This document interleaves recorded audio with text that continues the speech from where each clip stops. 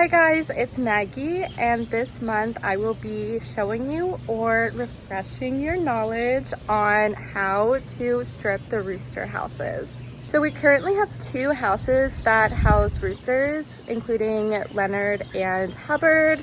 They are always kept separately, and they are kept in these white coops. Leonard is over there.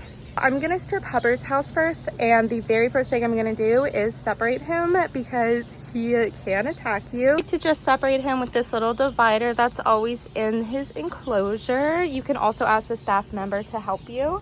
You can use any tools that you're comfortable with using. Today I'm just gonna use a muck bucket, a small dustpan and broom, and then a larger broom. But this is the inside of Hubbard's coop right now. It's wet, especially underneath these shavings. So you can tell that it's time to strip it. Back area right here also lifts and comes off.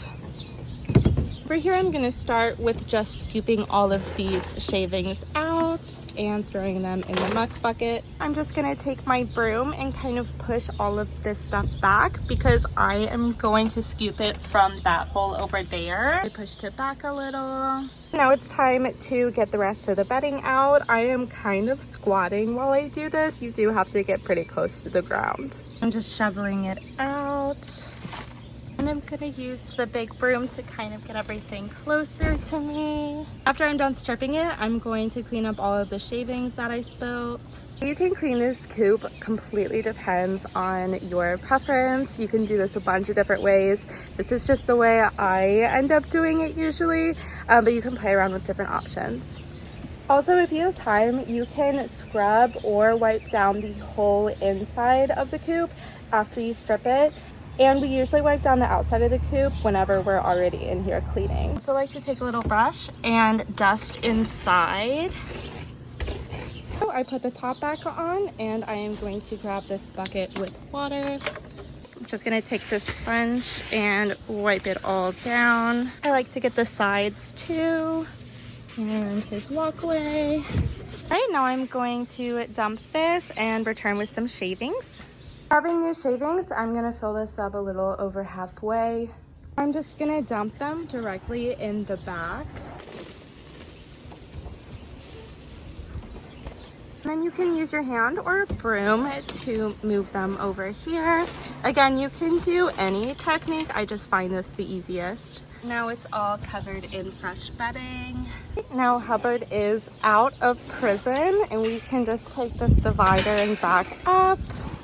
He is minding his own business, and we will leave this black divider right here for the next person that comes in to have it. And then just close the door. Now that that is finished, we're going to move on to Leonard, and I'm going to use the same tools. So Leonard is a pretty good boy, but he is skittish. So to prevent him from escaping, I usually just make a little corner enclosure like this, and he'll just stay like this while you clean. This is Leonard's dirty house. I am going to start with lifting this up and cleaning this area first. I'm gonna do the same thing as last time, where I just scoop. Now that it's stripped, it's a good time to come in and clean the coop.